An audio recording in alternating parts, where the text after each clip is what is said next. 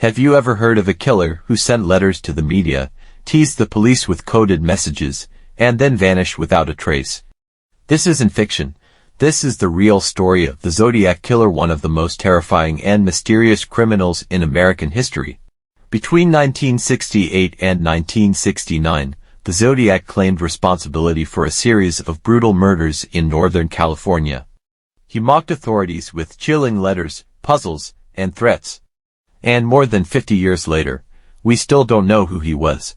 Let's walk through the facts, the crimes, the clues, and the unanswered questions that still haunt investigators today. Teenagers Betty Lou Jensen, 16, and David Faraday, 17, were shot and killed on Lake Herman Road, just outside Vallejo, California. They were parked in a secluded area known Lover's Lane when someone approached their car and opened fire. There were no witnesses, no motive, no suspects.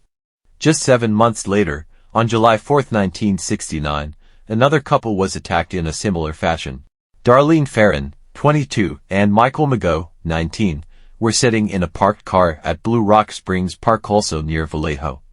A man approached them, shot both multiple times, and walked away. Darlene died from her injuries. Michael survived. About 40 minutes later, a man called the Vallejo Police Department. He confessed to both shootings and gave specific details that had not been released to the public.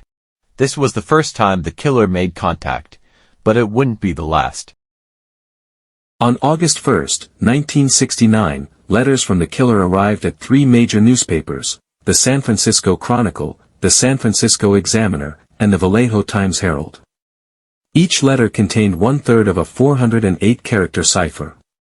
The writer demanded the letters be printed on the front page, or more people would die. He signed off as the Zodiac, a name that would become infamous. The killer's code was quickly solved by a high school teacher and his wife.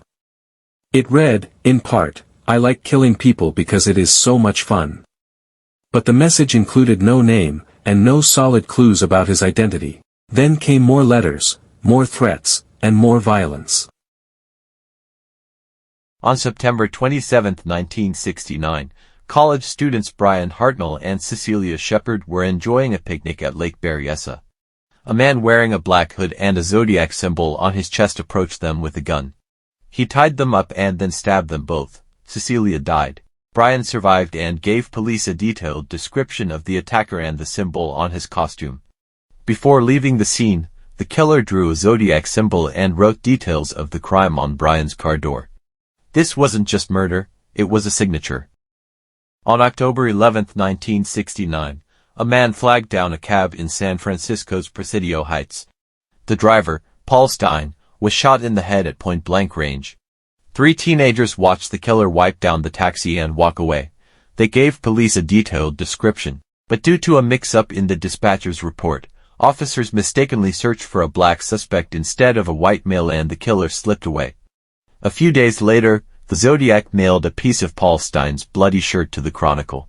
He claimed responsibility for the murder, once again proving that this was not a hoax.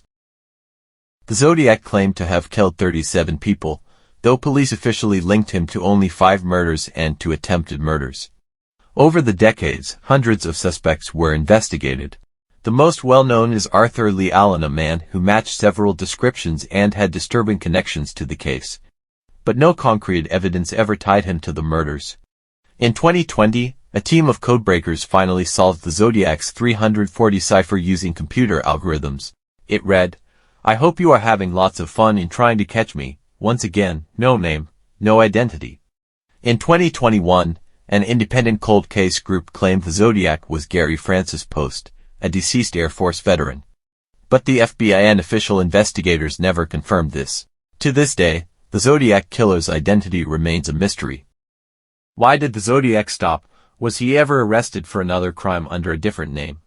Or did he take his secrets to the grave? We may never know.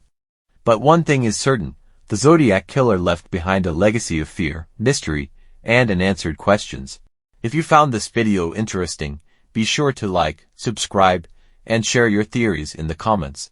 Do you believe the Zodiac will ever be identified? Thanks for watching. Stay safe and stay curious.